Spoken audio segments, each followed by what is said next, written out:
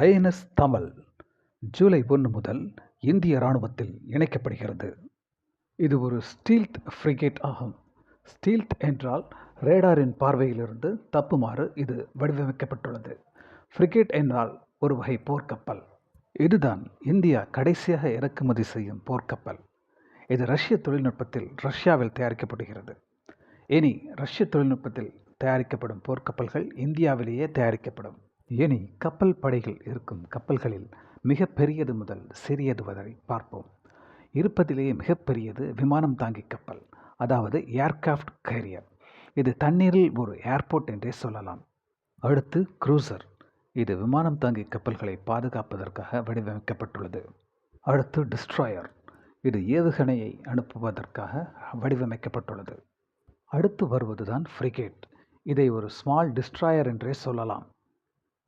கடைசியாக கடற்படையில் இருப்பது கோர்வெட் வகை கப்பல்கள்.